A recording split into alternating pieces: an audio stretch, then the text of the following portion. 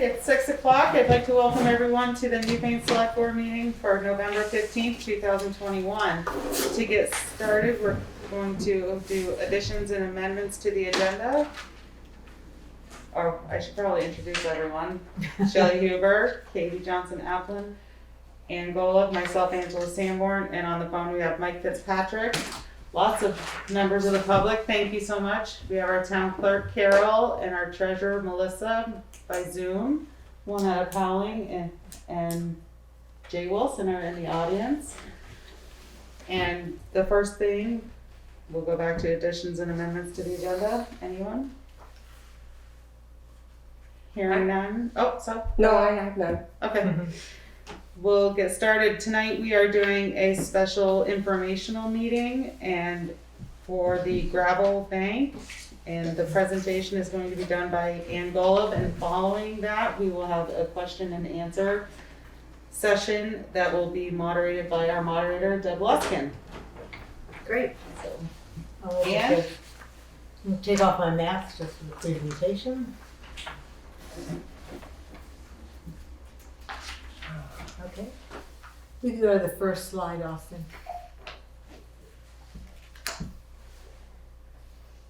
Great. Being cut off a little on the right, but I guess we can live with that. So we wanted to talk about a proposal that the select board is making to the town for the purchase of a gravel pit. The price of gravel, which as we all know is essential for our road repair work, and sand, critical obviously during the winter for sanding the roads, both have been rising dramatically in cost.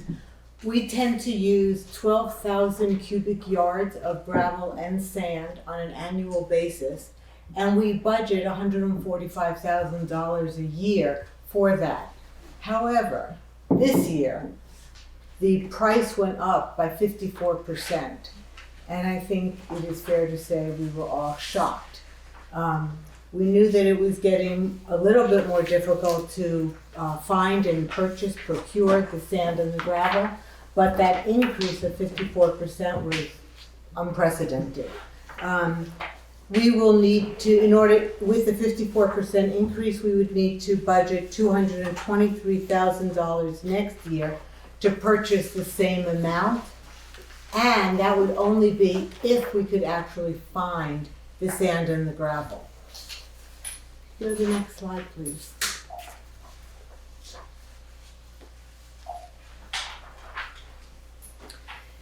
The reason that prices are rising so much is a simple case of supply and demand. This is not a problem that's local to Vermont or to the United States. It has become a worldwide problem. The world is literally running out of sand because development has been increasing worldwide, and sand is the critical ingredient for concrete. And to all those people who are thinking, but they're a desert, can't you use the sand from the deserts? As Jay has clarified for me, no, you cannot. It is a different kind of sand, and the sand that is used for sanding of the roads, etc., is a larger grain and more, how would you describe it? More gritty. Grittier, yeah. Right. So, the next slide. So prices have gone up, and the question is, are they expected to continue to rise? And again, the answer is yes, because global use of sand has tripled over the last 2 decades. And according to a UN report, it is expected to continue to grow at the rate of 5.5% a year, again, due to urbanization and infrastructure development worldwide.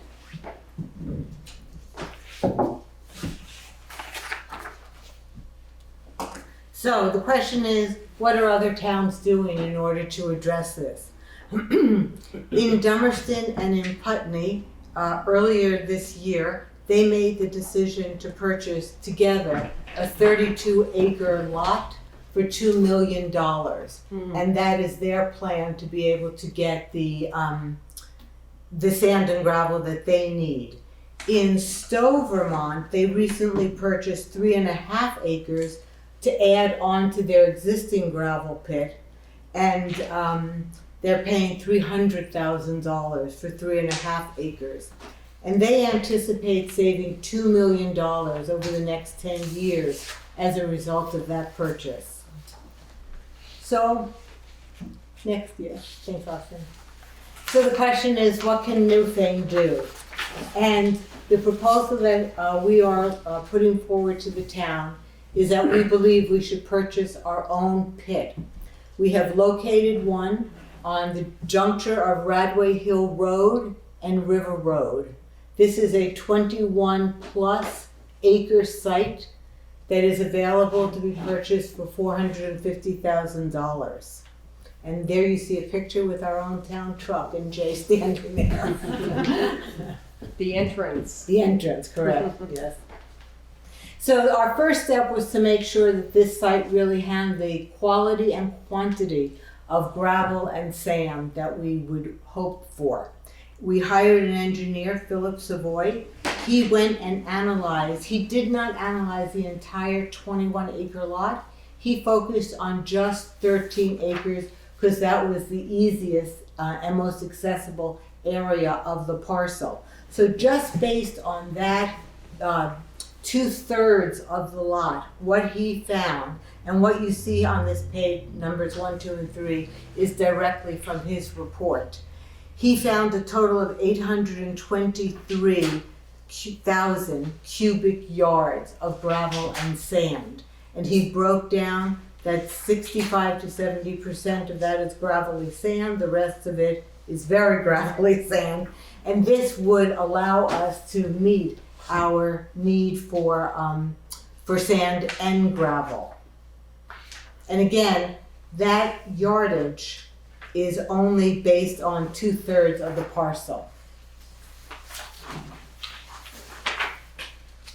I know I'm going through these slides a little quickly, but just so everyone knows, this presentation will be available on the town website if anyone wants to look at it in more detail. Or they can ask me and I'll email it to them. Right, thank you. And Winetta will happily send it to anyone. You can write to the assistant, and Winetta will send it to you. So, question is, how long will it last us? Based on those 13 acres, based on the fact that we use about 12,000 cubic yards a year, Jay believes that the gravel will last us 30+ years. The sand will last us longer. And that again is only based on the 13 acres that we measured. There's still another 8 acres. So I think it would certainly last the rest of my lifetime, and certainly longer. Bordering on mine. And yours too. Well, isn't there like 21 acres though? It's 21 acres. the site, yes. Yeah. Right. And okay, so now how much will all this cost us? So the purchase price is $450,000. We have to actually now go ahead and purchase the land once we get approval from the town. We estimate our legal fees to be about $5,000. The initial engineer's report that I just showed you, that cost was $4,500. We believe that the startup costs are about $10,000, and I'll go through that in a little more detail in the next slide. And don't choke. The Act 250 permit is not cheap. That is the environmental protection law for the state. There is multiple steps that you have to go through, and I'll take you through that in a minute. But we are estimating about $100,000 to get through the permit process.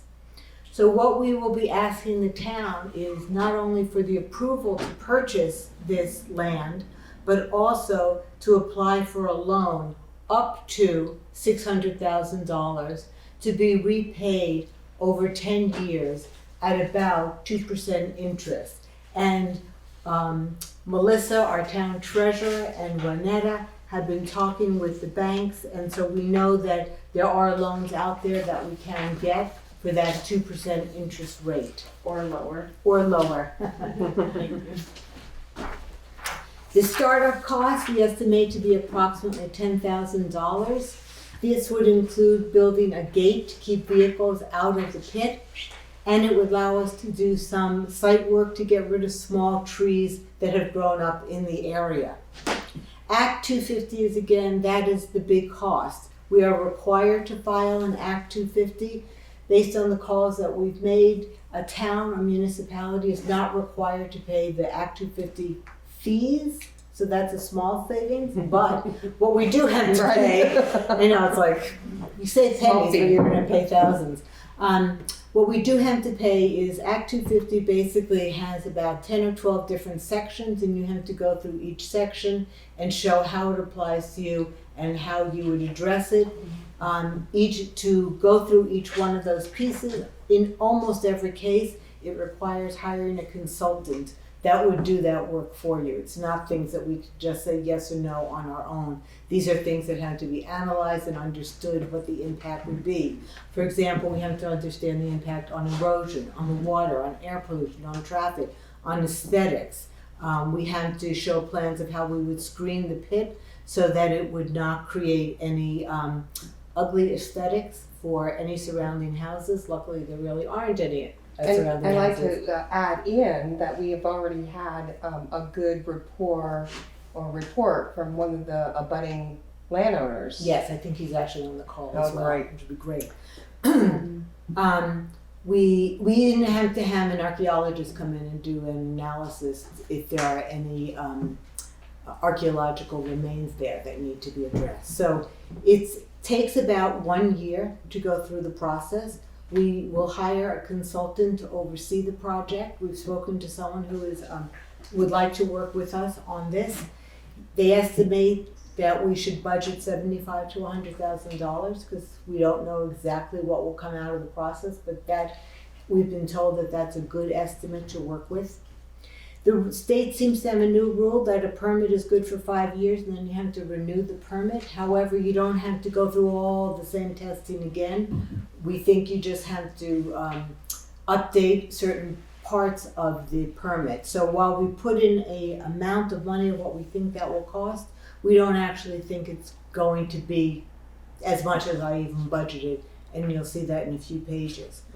One good piece is because the fact is that we have all this gravelly rock already, we don't have to blast rock. And that is a tremendous savings because if we did have to blast, we would have to test all the water wells within a half mile of the site to show that there would not be any impact on them. So we're very happy that we don't have to blast, both for the cost, the time, and the impact it would have on neighboring homes. Excuse me, Ann, Sure. but I think at this point, it would be good to mention that fact that if we were doing crushing, Yep. it would happen a short-term time frame. I'm gonna get to that. Okay, Yeah, great. thank you. Okay. Okay, so it's on the next slide, in fact. So the next slide, please. Here we go, thank you. So what are our ongoing expenses? We anticipate that there are approximately $65,000 a year. We would be screening sand, crushing gravel, and trucking it to the town garage. And the point that Shelley just brought up is we would anticipate doing this just once during the year. This would not be an ongoing activity. I think this would be much nicer. Therefore, for the homes that are in that area, there'll be much less traffic along the road of moving the sand and gravel. We also added another $5,000 for just keeping the site clear on an annual basis. So we came up with an estimate of about $70,000 a year in order to manage the site. It's also Okay. worth noting that the gravel pit is not visible from the road, Right.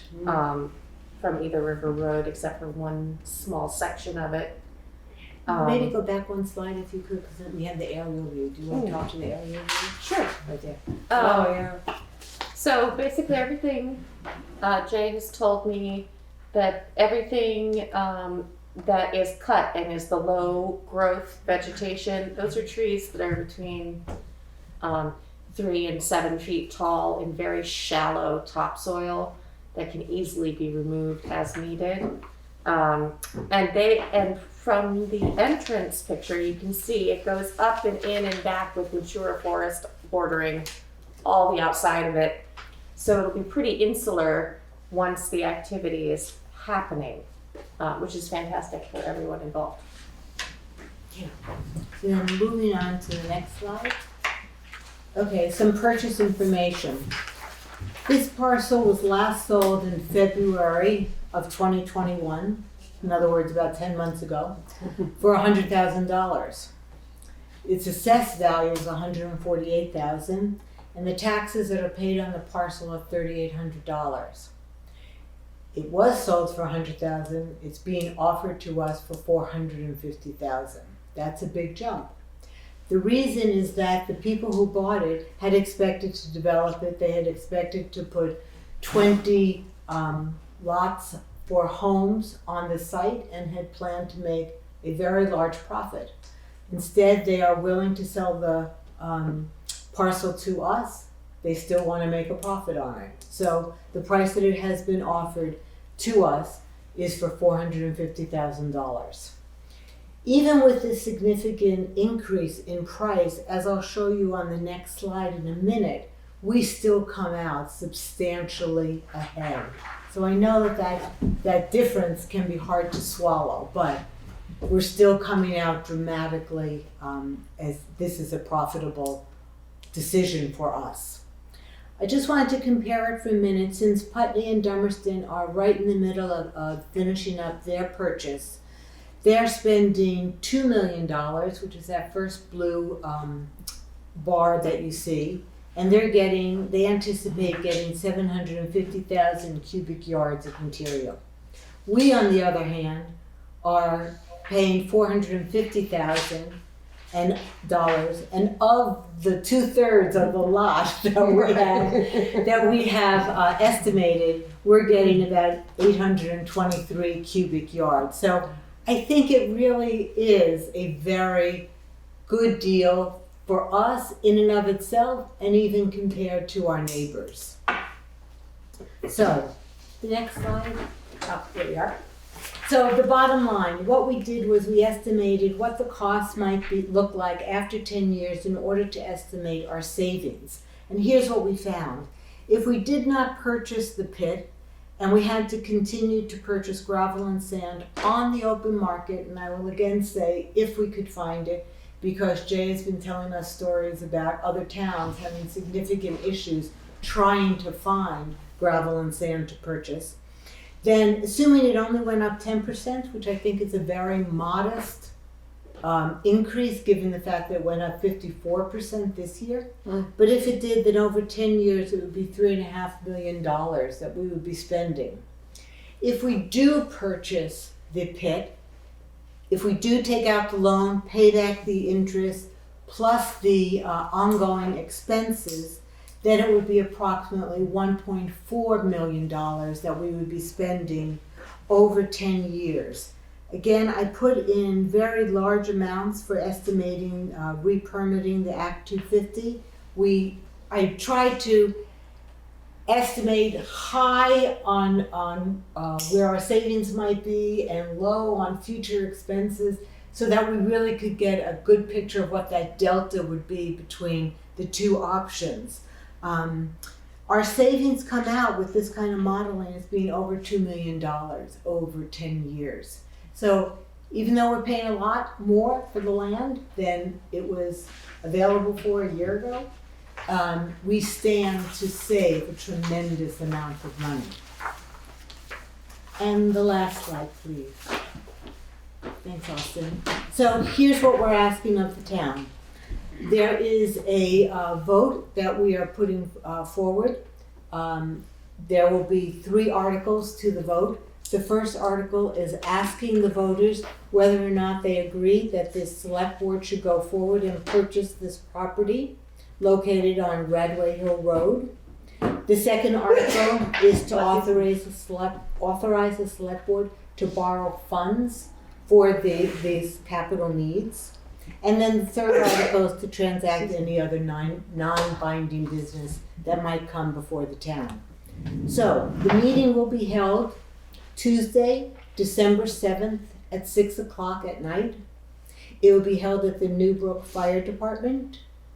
There will be a floor vote, which means that anyone who is present can vote. There will not be an Australian ballot.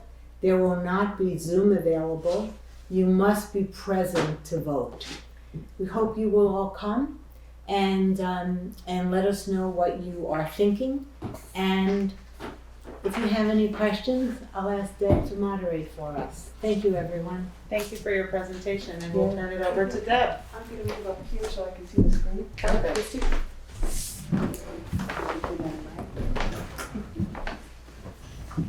All right, so I just want to correct one thing that Anne said about voting. It's not anyone who comes up, it's anyone who's a registered voter in the town of Newfane can vote at the special meeting. And if you are a resident of the town of Newfane but have not yet registered, please do so. You could see Carol Hasselback during office hours. You can do it online, I think. There are lots of ways to register to vote. So today, I'm going to ask if you have questions to please use the raise your hand function if you're on Zoom, and for people who are here, raise your hands if you have questions. And I am just going to direct traffic and have people on the select board answer questions. So are there any questions?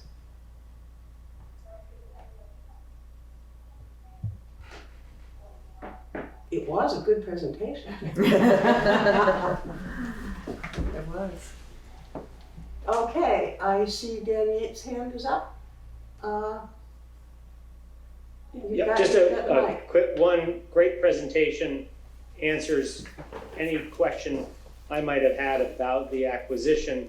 I was curious, given the length of time that it's going to take to get the Act 250 permit, should we presume that the cost of sand acquisition for this coming year is going to be approaching the $250,000 mark? Looking at Jay. I would say so. So that's a yes. Thank you. So Jay says yes. All the more reason to move ahead. Any other questions? Okay, Thomas Ely? Thank you. I did do the raise hand feature, but maybe you didn't see that. So thank you. So I believe I'm one of the abutting landowners. At least I can walk through my backyard and get to this gravel pit, and I've walked through it many, many times. So I'm very grateful for this good presentation. Thank you very much for putting it together. It answered a few of my questions and concerns that I have.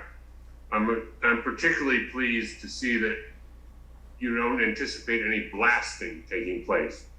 I was very concerned about that possibility because of the wells that all of us along this, abutting properties might have within the half-mile radius.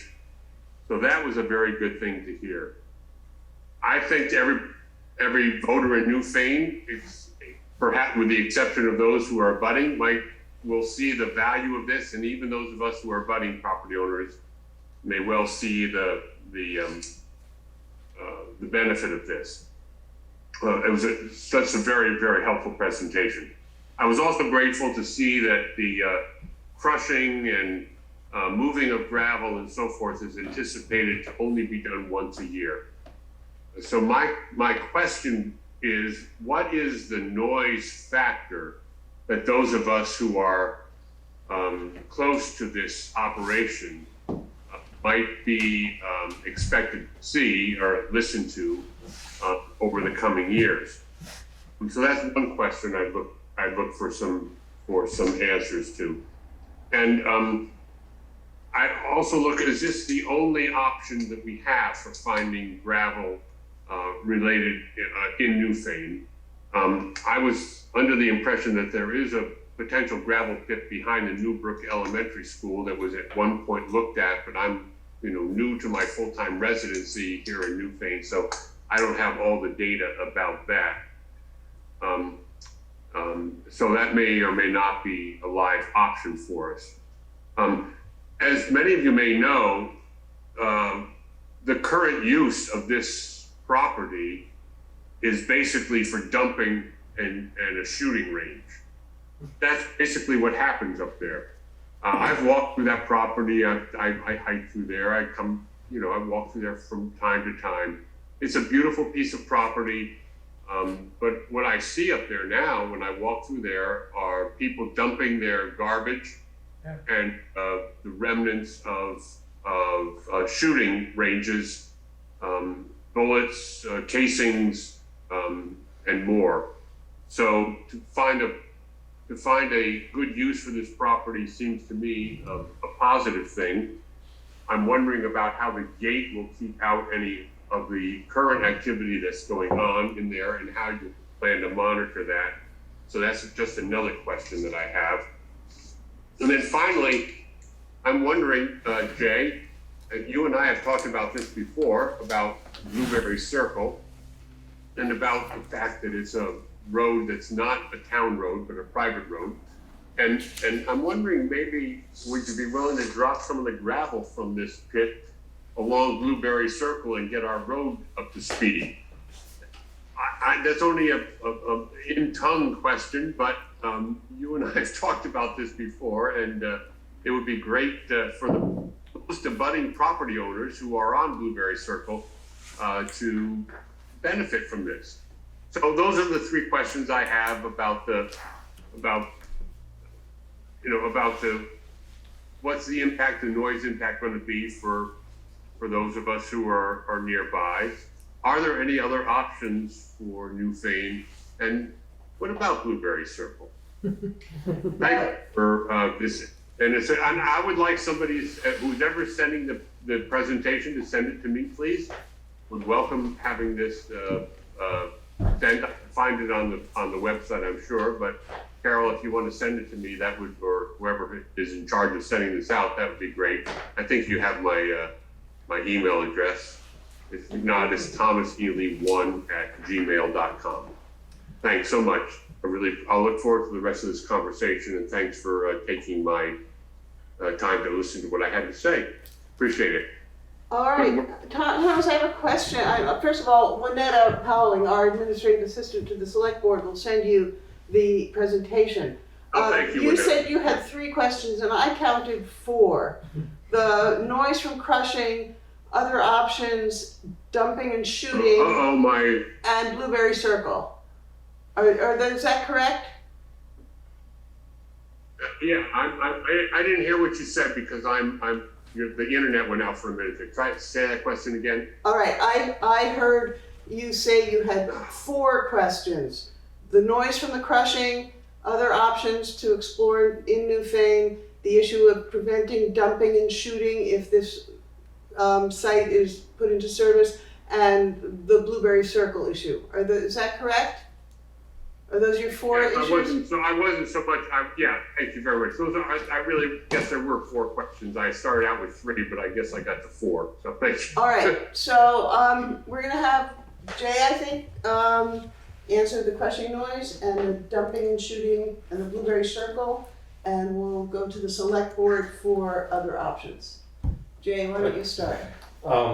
Ann's probably the best one on the noise because we crushed next to her house a year ago or 2 years ago. Yeah. Can you tell me what the noise was like for that week? I don't honestly remember it much. My husband's on the phone. John, do you remember? I don't remember it being that bad. It was certainly there, but it wasn't certainly that wasn't bad. terrible from, if you were 500 feet away, I don't think it was terrible. Yeah. But that's the closest we've been to homes that were around the crushing was South Newfane when we crushed that in that yard. And depending on the level, like if we've dug down in, the crusher may be lower than you may not hear much from it at that point. It all depends on where it's located in the pit.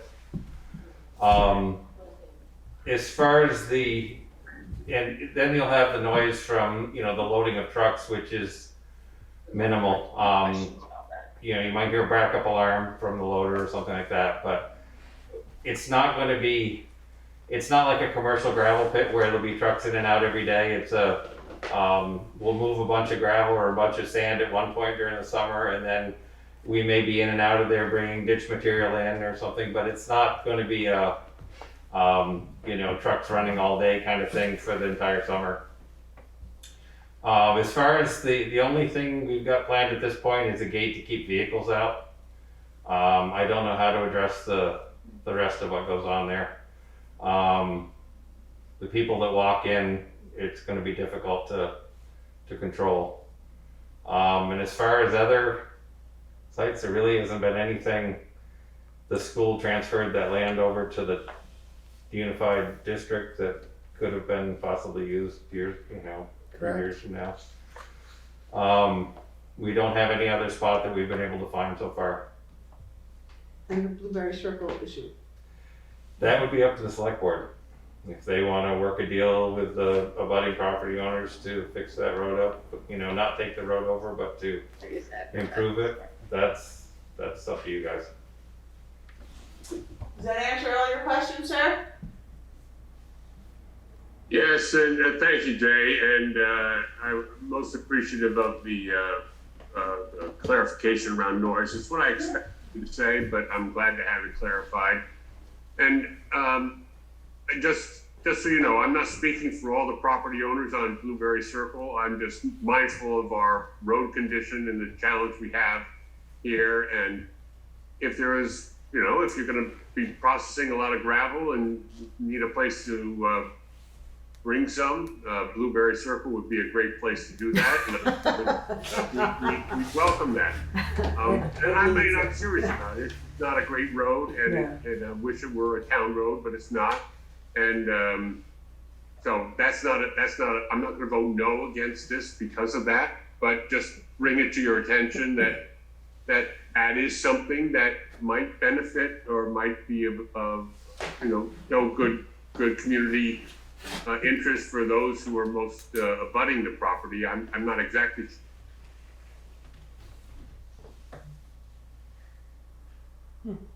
I think you we lost you there. I think, but I think we got the gist of it.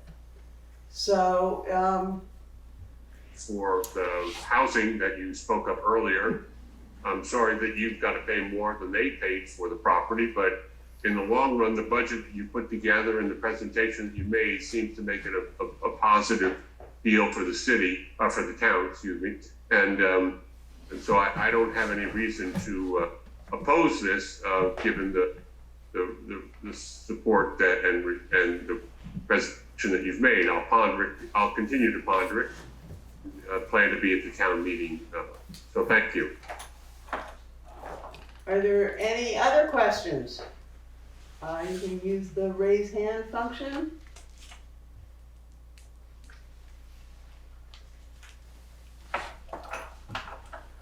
If anyone would like to have an emailed version of the presentation, they should email the administrative assistant, who is Lynetta Powling. But I think what's your email? Is it Newfane? tnewfane@newfanevt.com. Newfane. Can you just put that in the chat maybe, and everybody can know your email? It's also on the town website if you just want to find it yourself. If you are not registered to vote, you have some time, but don't delay. If you have neighbors who are not here today, and probably everybody does, please let them know. This is a special town meeting. It's been warned as such, and Newfane has no provision at this point for anything but an in-person floor vote. And it will be at the Newbrook Fire Department, 6 o'clock on December 7th, a day that we will all remember. Mm-hmm. So I think Jay has one more thing to say. So this property was offered to the town a couple of years ago at a much lower price. But at that point, we weren't paying a high price for sand and gravel, so the urgency really wasn't there. Mm-hmm. And now that things have changed, it's a whole lot more. But we talked about it briefly, and we were gonna bring it up the next year, and it kind of just sat there, and then all of a sudden this year hit, and it pushes you along a little more. Is there anyone here who wants to add anything?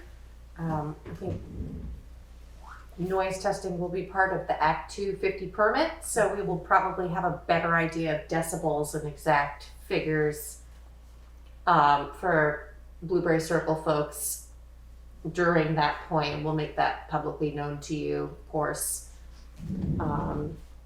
so that you have very clear ideas of what that will sound like.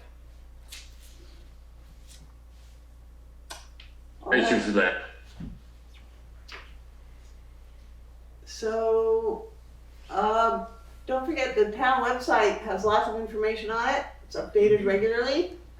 And the, all the minutes from the select board meetings are linked to it. They can be found when they're posted. They go up on the Front Porch Forum, and if you want them emailed to you, you can have lots of email from the town of Newfane come to you. And I think that's it. Thank you very much. Thank you so much for Really great. moderating. Thank you, Deb. Thank you, Ann, for a wonderful presentation, and thank you, Deb, for moderating, and thank you, Jay, for being available for questions and answers. So at this point of our meeting, we're gonna go back to our regular agenda and go to the approval of the November 1st meeting minutes, and we received an amended copy tonight, or a corrected copy. Is there a motion? I make a motion to accept the minutes as they are with correction. Is there a second? I second. Any discussion? Hearing none, all those in favor say aye. Aye. Ayes have it. Moving on to the November 8th budget meeting minutes. Is there a motion? I make a motion to accept. I'll second that. Excuse me. Any further discussion? Hearing none, all those in favor say aye. Aye. Aye. Great.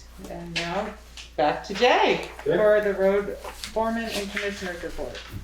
So I checked with the company and they've sold us our first radar feedback sign that we've sent in for repairs.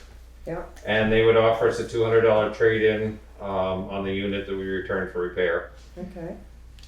The heaviest part of the sign we'd still have to ship back, so I think it was, Melissa sent that one back, I think it was $65 or $70 to ship the front back, and we now have to ship the back of it back. So I don't think it's worth doing. Plus, that particular sign, I'm not thrilled with that company. Yeah. The one we've been using since, like this is Williamsville, and the one we have for Route 30, seems like a much better sign. I can control it from the garage. Oh. I can see the speed anytime. You can send reports from it. It's Yeah, very you were impressive. having to have a hard time trying to get all those reports off of it and everything, right? The original ones, Yeah. they weren't real handy. This one is really easy. I can turn, like if the sheriff wants to run speed, I can actually shut the display down so that people aren't getting, trying to slow down before they get to the sheriff. You can do a lot of things with it. So I think the one we've switched to is better. So I don't think trading in the old one is gonna make much difference. And for $200, we'd probably spend $75 sending the other one back, so. So I make a motion that we don't send the sign back. I second. Shelley and Ann. Any further discussion? Hearing none, all those in favor say aye. Aye. Great. So I think it's Friday, I got the Arch Bridge detour plan, which we have to provide the signage for.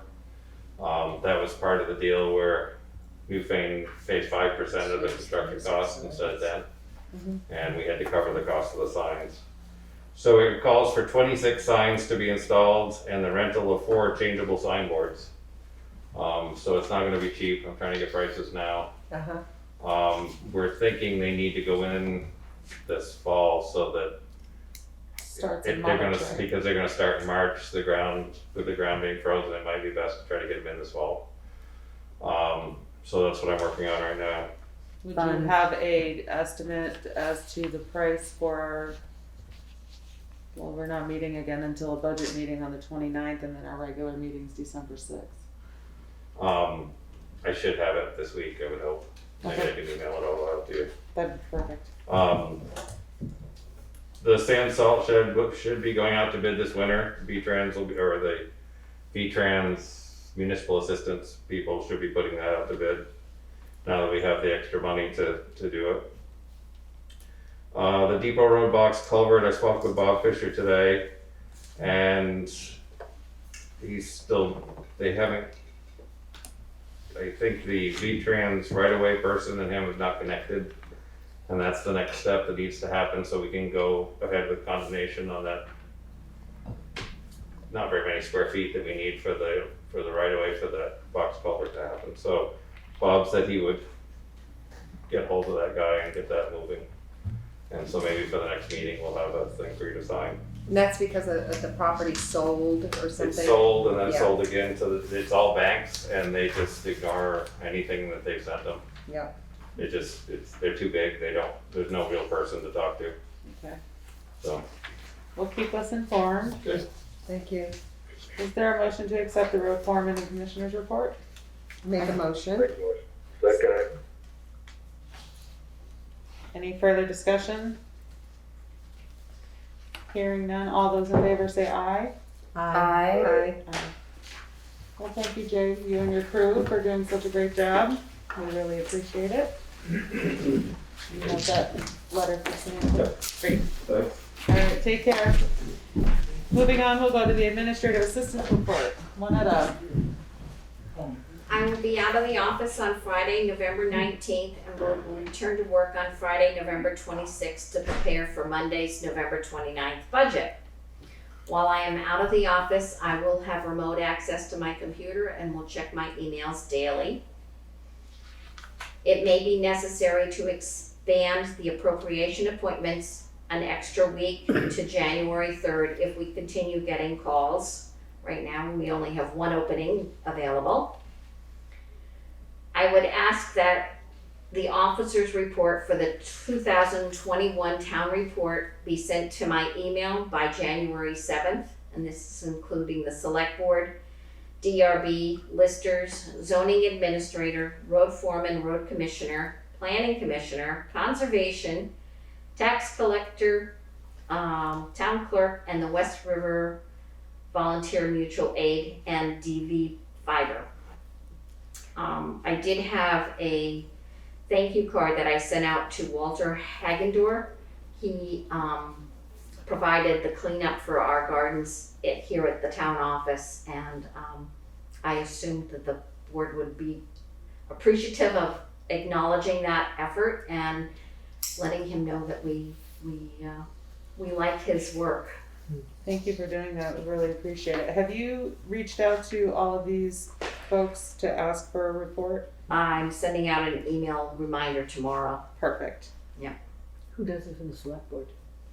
The chair. Get right on that. No pressure, 7 minutes. Excellent. Is there a motion to accept the administrative assistance report? I make such a motion. Second, I'll second that. any discussion? Enjoy your vacation. It's not really a vacation, but thank you. Hearing none, all those in favor say aye. Aye. Aye. Great. And now we are going into our scheduled members of the public, and we will start with Karen Peterson. Good evening, glad to have you here.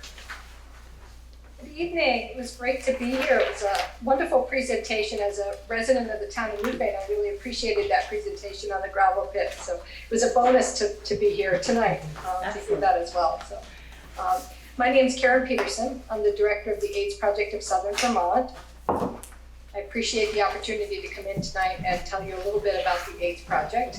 We're a regional AIDS service organization and have been doing business in Bennett and Windham County since 1988. Our mission is to provide direct services to those whose lives are affected by HIV or AIDS, to offer education to prevent its spread, and to promote understanding within the communities served.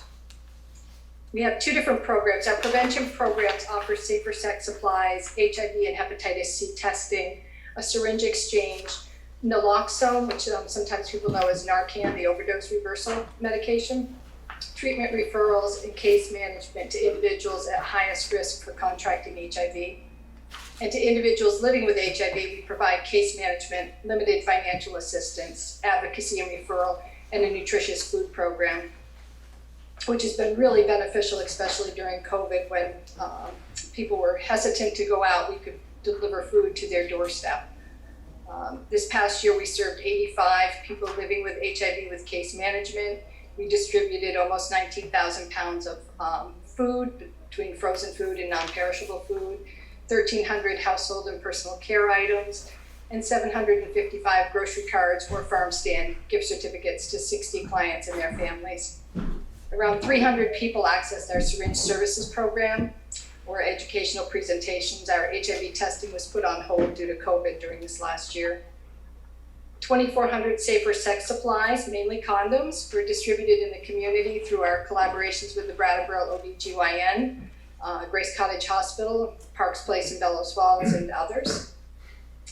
So we served about 420 individuals this past year, and we estimate that 3% or 13 of those individuals are from the Newfane area. We are once again asking the town of Newfane for $250 to support our work in the area. Thank you very much. Thank you so much, Karen. It was great work. Are there any questions for Karen?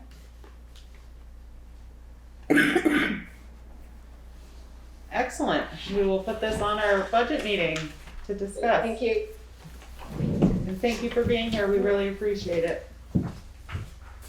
So, Madam Chair, she was short, but we just need to have, what? Yes, I forgot to mention that it's a 5-minute, we'll give a 5-minute presentation with a 3-minute question and answer afterwards and move on. And you have the timer, so.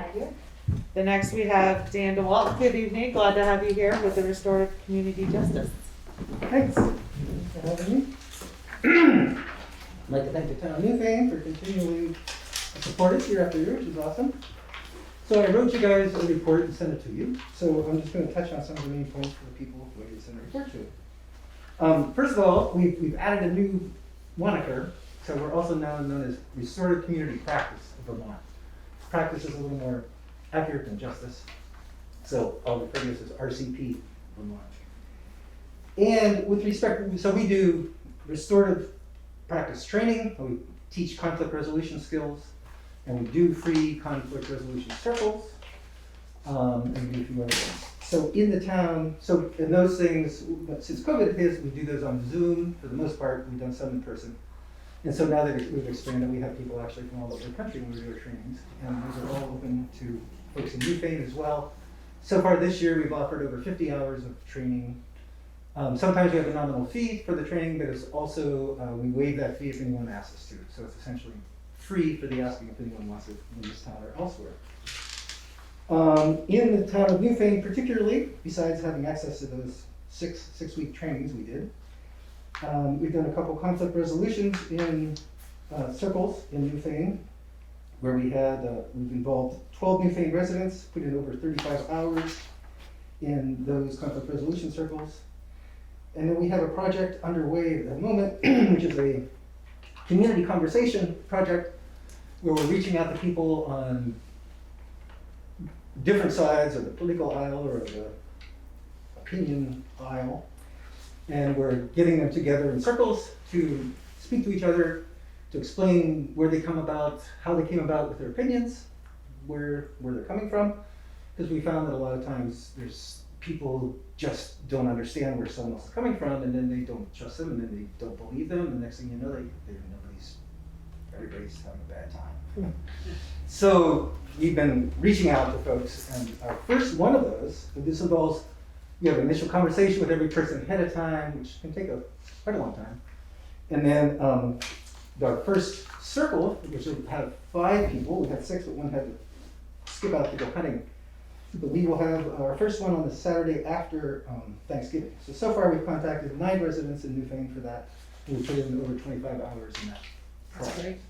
And the last thing, which I forgot to mention in my note to you folks, is the high school, after dangling that carrot out for a long time, they're getting interested in restorative practices. And actually tomorrow I'm going to meet with the principal. We're going to talk about how we can institute some of the work I do in teacher training and because it's school situations in general across the state and across the nation apparently are pretty tense. So it's been a real stress and strain. So I'm excited that I think we will be able to help the teachers a little bit, and of course the students. So that also affects Newfane residents. That's exciting. So that's Wonderful. all. I'm happy to take any questions you might have. Thank you, Dan, for all your hard work. This is great. Are there any questions for Dan? I do. I have a question. Shelley? So the name is Restorative Community Practice of Vermont. So it's no longer the Justice. It's still Restorative Community Justice of Southern Vermont in terms of our official, like, you write a check to that or whatever, but we're doing business, so we're doing AKA, also known as, I guess, Restorative Community Practice of Vermont. Do you have a federal ID number under that name? We have our federal nonprofit number is still under Restorative Community Justice of Southern Vermont, which is why we're keeping that, because it's just a complicated thing. So the AKA is sort of our working name, but our official name, when it comes to filing our papers, like we include the AKA also, but our official name is still Restorative Community Justice of Southern Vermont. And then the other one is that you had a gross revenue of $6,101, but you had expenses of $18,632. Yes. So you have funds, grants? We do. We have a foundation which has been supporting us over the last couple of years, and they are due to send us a healthy check, which will more than cover that. It hasn't come yet, but that money we have left in the bank will cover us until that money comes. So we don't have a ton of, we'd like to be able to have a full-time person work for us. We have not been able to do that, but we have a contract worker who works between 10 and 20 hours a week, doing all the administrative work, organizing the Zooms and the outreach and grant writing and stuff. Great. Any other questions? Well, we really appreciate your report and your letter to us, and for you being here to present to us tonight. Thank you so much. Moving on, now we have Libby Bennett from Groundworks. Hi, Libby. Good evening. Glad to have you here. Hi, thank you for having me by Zoom. I'm sorry I couldn't be there in person. I am quarantined at home with my kindergartner, probably on the third day. So thank you for making this available by Zoom. My name is Libby Bennett. I'm the Director of Development and Communications at Groundworks Collaborative. Groundworks is making a request to the town of Newfane for FY23 for a level funded contribution in the amount of $1,000. I think it bears noting as I get started that Groundworks has recently updated our mission statement, which is to work with people and systems creating solutions to end hunger and homelessness for all people in our region. Groundworks has a long history of serving the greater Brattleboro area, providing ongoing support to our neighbors facing housing and/or food insecurities. Groundworks is the single point of entry in our region for all of those people struggling to meet their basic needs. We offer safe and welcoming spaces where people can come to receive support and connection to the resources they need to improve the conditions in their lives. Altogether, Groundworks served an estimated 3,729 people last year. Support from the town of Newfane and its villages will help bolster our basic human needs programming, providing food, shelter, and supportive services to anyone with need in our region. All of our programs are available to residents of the town of Newfane and its villages. We operate our region's most heavily utilized food shelf program, FoodWorks, as well as a year-round 30-bed shelter for families and individuals we call Groundworks Shelter. It used to be called Morningside Shelter long ago. Our region's day shelter, which we've also called Groundworks Drop-In Center, and which previously was the Brattleboro Area Drop-In Center prior to 2015 when we merged. And now, the year-round overnight shelter for adults experiencing literal homelessness. These services assist Newfane residents in fulfilling their most basic human needs for food, shelter, and supportive services. FoodWorks offers direct food assistance services as well as volunteer opportunities for Newfane residents. Our day shelter provides a warm and safe place to be during the day for people experiencing homelessness. Our housing case management program provides Newfane residents experiencing homelessness with assistance in applying for all applicable affordable housing subsidies, subsequent housing search, and providing crucial accountability that landlords need to take a chance on renting to someone with a poor rental history. Case managers also assist in planning and problem solving, such as working on budgeting and financial skills, as well as the successful negotiation of social service systems. Our representative payee program provides a financial intermediary for recipients of SSI and SSDI Social Security income to ensure that they can remain in good financial standing on extremely tight fixed incomes. Last year, we provided services in various programs to 31 residents of Newfane and its villages. Support from the town of Newfane in FY23 will support 3 program areas. Purchasing food to stock the shelves at FoodWorks. We purchase the vast majority of our food through the Vermont Food Bank, which provides us a tremendous purchasing power. Supporting our housing case management program, providing supports for everything from street outreach all the way through our shelter programs to housing stability services for households supported with affordable housing subsidies, and operating our daytime and overnight shelters, both of which opened in our new building on South Main Street in Brattleboro this summer, and which with adequate funding can remain open all year round in place of the shelter that is operated for winters only for the past 13 years. I will happily answer any questions you may have, and then I'm gonna go get my kiddo to bed, but Juanetta also has my contact information if you would like to contact me with any questions, but I can take any questions you have right now as well. Great, thank you. I have a question. I'm driving past there every day, so I'm watching this really cool old fireplace be discovered, and now it looks like a foundation has been laid. What's going into that space? Oh, good question. I'm sorry I left that out. So we unfortunately were unable to save the historic building that was there. So our approach to the historic preservation is to keep the 3-sided fireplace that has been there since about 1790. And so they are about to pour a slab, if they didn't already start on that work today, but they'll pour a slab around that full fireplace so it won't have a basement. But we're building a 2-story salt box structure there, which will house our entire case management team, our representative payee program, and our HealthWorks collaborators, who are employees of the Brattleboro Retreat, Brattleboro Memorial Hospital, and HCRS, who work on site at Groundworks programs and provide an array of medical and mental health services to the people that we serve. Oh, that's great. Thank you. Yeah, thank you. Any other questions for Libby? Well, thank you for being here. What a great presentation, and thank you for all the work that you all do. Oh, thank you so much. Thank you. And have a good evening. You guys are doing well. Thank you. Thank you. Next, we have Joanne Bourbeau from WinDart. Good evening, Joanne. Thank you for being here. Glad to have you. Good evening. Thank you for having me. I appreciate it. So my name is Joanne Bourbeau.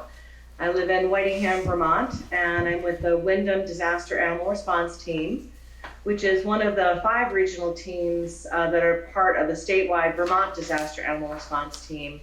I was part of the creation of VDART back in 2007 in response to Hurricane Katrina and the many issues that bubbled up involving animals after the storm.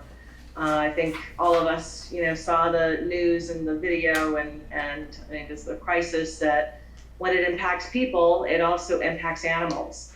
In Vermont, we have the largest per capita rate of pet ownership in the country, with over 70% of Vermonters owning an animal. So we know that if there's a natural or man-made disaster, there's a really good chance that animals will be impacted as well. And an animal always has a person associated with it. I've never had an animal ask me for help before, but plenty of people have. So we're very happy to have the Wyndham team to provide pet-friendly sheltering services here in Wyndham County for folks in case a disaster were to happen.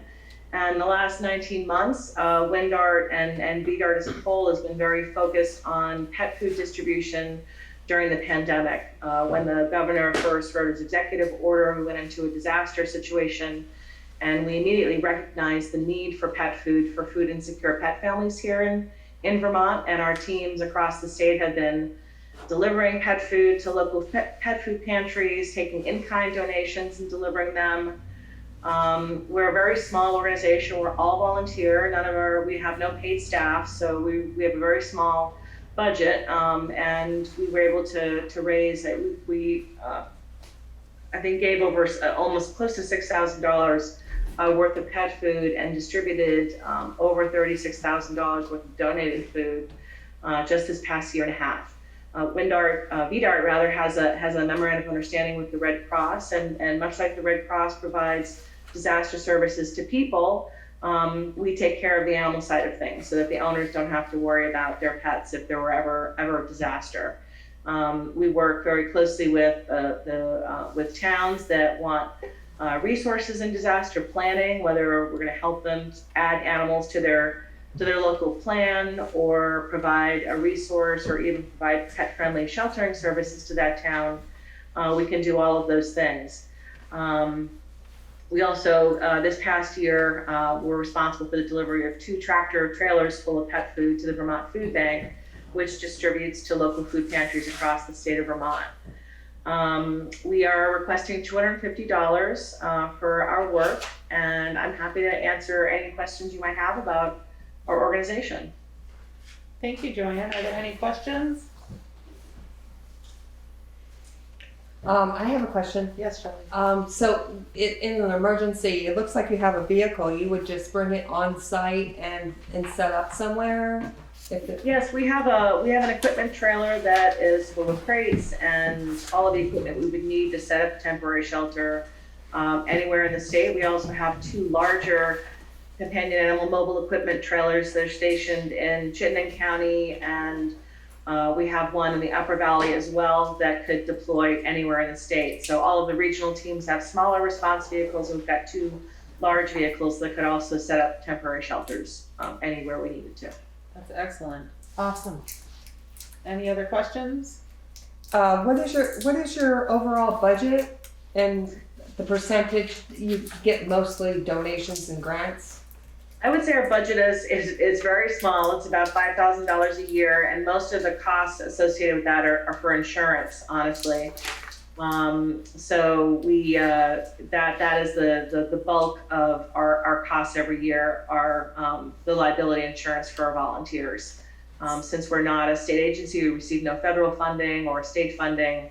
We rely solely on donations and grants. We've gotten some grants from State Farm. We've gotten some in-kind donations from the ASPCA and other groups as well. And that's how you were able to get your trailers and equipment? Yes, from money we've raised through these allocations, actually, as well as a grant we got from the Rotary, from the Deerfield Valley Rotary. Okay, great. Any other questions? Well, thank you so much for being here and presenting. This is great. Thank you for having me. Next, we have Maia Segura from the South Newfane Schoolhouse Community Association. Good evening. Glad to have you here tonight. Thank you. It's really nice to be able to present in person. Yes. And I have with me Chris Trebert, who is a fellow board member on the South Newfane Schoolhouse. And probably most of the people in this room at least have been to the schoolhouse for some event or another. It was actually built right in the center of the village of South Newfane in 1867 and was in operation all the way up until the 1950s as a schoolhouse. One of our beloved neighbors who recently followed her son to the West Coast was actually a student in that schoolhouse. So we have a very strong community connection to the space itself, and through the years it's been able to provide space for weddings and concerts, for dance meetings, yoga. What's that? Yoga, actually, absolutely. And the Rock River Artists is kind of home base for that, and that event draws people to Newfane from all over New England and beyond. And so that's a really valuable source of income for a lot of our local businesses. Over this last year, because of the pandemic, we have had to sort of shift our plan, and although we have been able to offer the space for some small events and situations where folks have been vaccinated or where there have been socially distanced events and meetings that have happened there. Most of the use has actually been by individuals in our community who needed a safe place to get away from their home, to practice yoga, to sing, to just be able to be in a different environment for their psychological well-being, and to walk into that room that is so incredibly beautiful and sunny, and every time you go into that space you just feel really renewed and recharged. Mm-hmm. One of the really cool things that we were able to do last year was to activate the building itself while we were still not allowing people inside, and we started lighting up the building at night so that when people come to that very, very dark confluence of Auger Hole and Dover Road, they have this little shining happy beacon of light instead of just a dark scary corner across from the abandoned general store. And we also were able to invite the community to contribute snowflakes and to turn the building into a giant snow globe, and this was over the holidays last year. And what was really neat about that was that we had over 100 hand-cut snowflakes donated to this installation, and we decorated and made everything kind of twinkle and sparkle, and people from all over donated these snowflakes, and it was really special to see everything from the Timpson Hill preschool to Chris and Carol with their very elaborate artistic snowflakes, and absolutely everything in between. No two were alike because they're snowflakes. So we do hope to do that again this year, and as things continue to progress. In fact, the meeting on the Saturday after Thanksgiving will be at our place dance. Great. Yeah, so it's just an incredible community resource, and it just feels really nice to be able to offer this space up to folks who need it for their personal well-being or for celebrations. And the bulk of our costs are insurance. That is our number one cost. Also just maintenance issues, electricity, propane. This year we did have 2 trees removed that were starting to encroach on the foundation, and obviously we really want to make sure that we're preserving this precious resource for generations to come and not just years. Chris, did you want to add anything? Well, thank you, Maia. That was more than I would say. I brought along the list of everything that's happened in the building over the last several years, and I won't go into every single one because Maia mentioned a lot of them, but if you look at it, it's really an amazing list and very eclectic of, as you said, people who come to practice yoga, people who come to do Tai Chi during the pandemic, that private space that people had, and then in normal years, much more community-based things. A series of concerts, the Rock River artists, the Rock River players use it often for their own rehearsals. So it's a wonderful thing that we have in the middle of our otherwise very quiet village. Without any real community space, with the general store being closed, there's really no space to gather except the schoolhouse. And so we really value it and appreciate the town's support over all these years. I hate to cut you off, but Thank that's you. over the 5 minutes. Are there any questions for Maia and Chris? So is it a nonprofit organization that owns or runs who owns the building? Sure. The South Newfane Community Association is a 501c3 organization, and we exist to maintain the building. And who owns the building? The Community Association. They do. Okay. Yes, it was purchased from the town in the early 1950s for a Oh, dollar. okay. Yeah. Yeah. So you've maintained it since, or the organization's maintained it since the 1950s. And how many people do you think you serve in a year's time? A normal operation. In a normal operation, you know, it could really vary, because sometimes, some years we'll have a series of concerts and we might have, 60 people in a concert, and that might happen 5 times in a year. So the Rock River Tour typically brings about 400 to 400 people or so, and most of those people come through the schoolhouse. And then many of the activities are just a one person. So I would say, just by those numbers that I just said, that would be well over 1,000 people in a typical, or that kind of a year. Right. Certainly not the last 2 years. Yeah. And one thing, if you don't mind me adding, is this year we're expecting to serve even more people because we will be relocating the little library from the Baptist church across the street into our building. So we'll be able to continue to offer that. Yeah. That's wonderful. And do you have any restrictions to hosting anyone there? Not really. No? No, I don't think anything has come up where we've had to say no. Yeah. Just to clarify, I'm the treasurer of the organization. Yeah. Who do we call if we drive by and notice something wrong in the schoolhouse?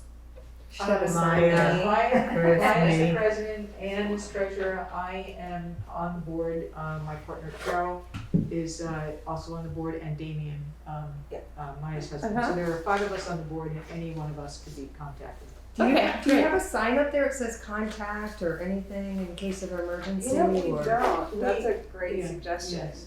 Actually, put it on the bulletin outside. I drive by sometimes and I notice like a door ajar or something like that, and I always worry, being with what happened across the street. Or how to schedule, activities or whatever. There was at one point, there was a sign, and I don't know if that came down during COVID or if it was taken down and blew away and not put back up, but over this past year and a half, we haven't really been very active with presenting it in that way, that this is available for use because of the situation.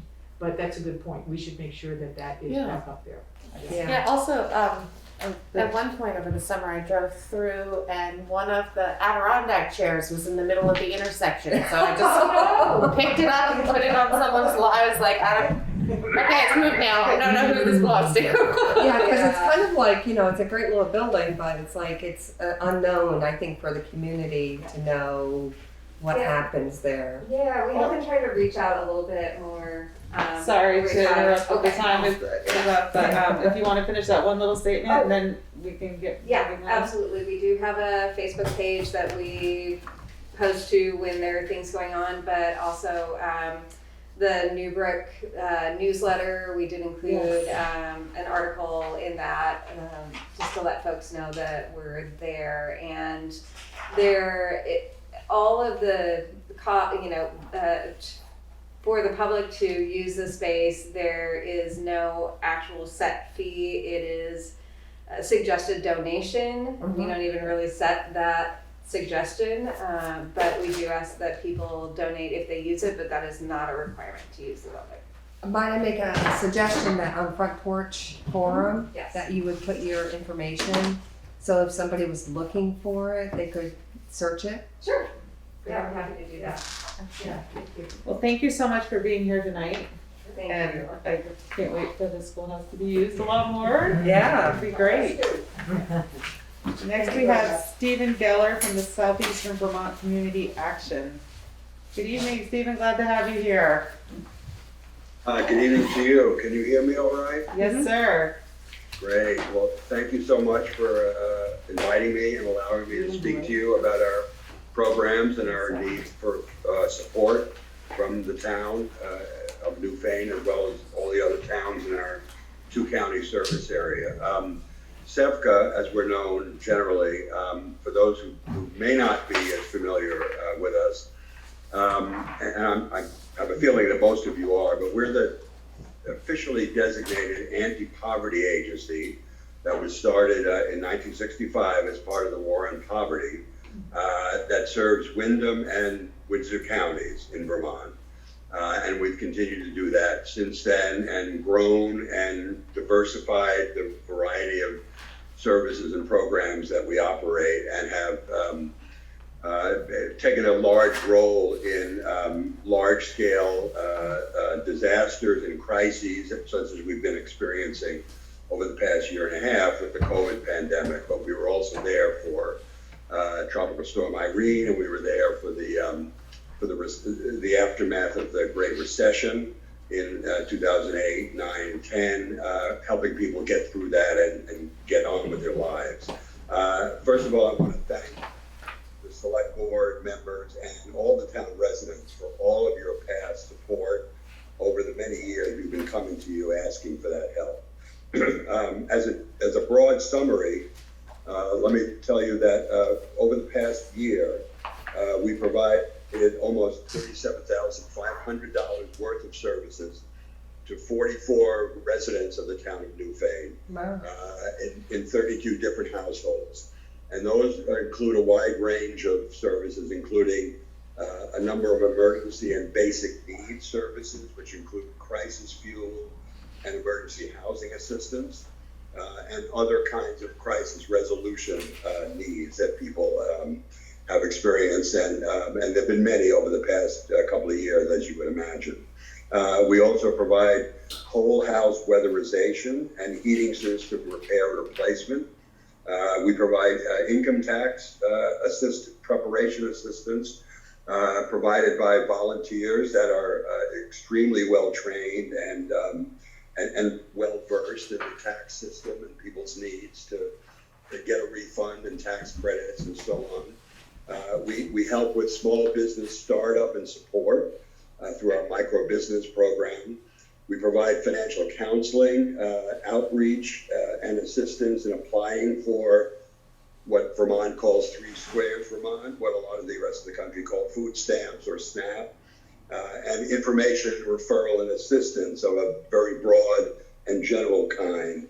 And we also most recently have established a community solar project, and one of the households in Newfane is part of that group that gets the solar energy credits from us from that project through virtual net credit allocations from the electricity that's generated. Other services that have been provided to Newfane residents in the past that didn't happen to need during this year is our financial fitness and match savings program, our Health Connect navigation, thrift store vouchers for people in emergencies and needing clothing and or furniture and household goods, and disaster recovery, as I've mentioned.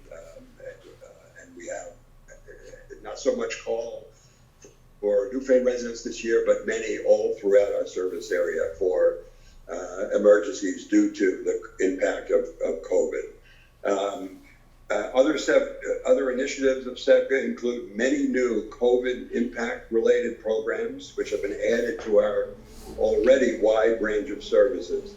Most notably, I'll just mention the one that some of you may have heard of is the Vermont Everyone Eats program, which is still going on, although it was supposed to have ended last December, but has continued over and over again being renewed thanks to ongoing FEMA reimbursement funding, and which at the last count, sometime in October, provided over 1.6 million nutritious meals throughout the whole state to COVID-impacted residents by supporting local restaurants to prepare those meals, the ingredients of which they receive from Vermont farmers and food producers, and together they prepare and distribute those through community hubs throughout the state with nonprofit organizations and others participating in that process. It's been an incredible experience having that program. Sorry to interrupt you, Steve. 5 minutes just goes by so fast. Is the time up already? Yes. Do you have any questions for Steve? I don't just like. Yeah, It's great work. Thank you. The Everyone Eats program is so incredible. And the request is $1,600. $1,600, which is about 4% of the value of services we provided. And over the last 5 years, we provided almost $400,000 worth of services to over 280 residents in Newfane. And so what we've asked of you for those 5 years in total is just 2% of the total value of the services we provide. It's incredible. Thank you. I'm happy to answer any questions now, or if you want to email me at a later time, I'll provide more information if you feel you'd like to have that. Excellent work. Any questions? I think we have the information on our website too for connection to this organization. Yeah. Yeah. Great. Well, thank you again for allowing me to come before you. Tom, you have a question? Tom? Well, I have a general question related to all the presentations. Is this the right time to say that, or should I wait? Let's thank Steve for being here tonight, and if we have any further questions, we'll give you a ring or an email, and thank you for all the incredible work that you do. Thank you. Thank you. Tom? Yeah, so this has been very helpful to hear these presentations, and I hope that you'll take them into your consideration. I've been in support of the H Project Southern Vermont, the Restorative Community Justice Program, the Groundworks. I did not know about WinDart, and I did not know too much about the Women's Freedom, but I was glad to hear that tonight. And I do know about SEVCA because I'm one of the volunteers who distributes food from Everyone Eats every Thursday in front of the Congregational Church, and very grateful now that the Newfane store is providing all those meals for our residents. And so I just want to give a shout out to supporting these various entities that are supporting our community, that are doing good things. I was impressed with how many residents of Newfane are being supported by these agencies. So to the select board, please make these part of our budget going forward. Support these organizations that serve the people of Newfane. Just want to give a shout out to all of them that are offering their support and their contributions to the people of Newfane. And by the way, I hope some of you were able to see and support the Rock River Players' recent production of The Front Page, in which I did have a small role. But it's great to have stuff going on in the life of Newfane in our community that can support our common life together. So thank you for your leadership, thank you for your support, and thank you for bringing to the people of Newfane a budget that supports the various entities that give this kind of support to the people of our community. I'm really grateful for that. Thank you so much for listening. Thank you so much, Thomas, for your comments. We really appreciate that. And we appreciate everyone being here tonight and for all their presentations. Thank you so much. There's one that was rescheduled. They're rescheduled. Okay. So with that, we're going to go to unscheduled members of the public. And not having any, we will move on to old business, which we have none. New business, we have none. Correspondence, we have none. Yay. So with that, we thank everyone for being here tonight. We're going to go into pay orders. Stay safe, and here comes the snow, kids. Thank you all. Have a great evening. Thanks, Dan. Good night, Thank Dan. you, Dan.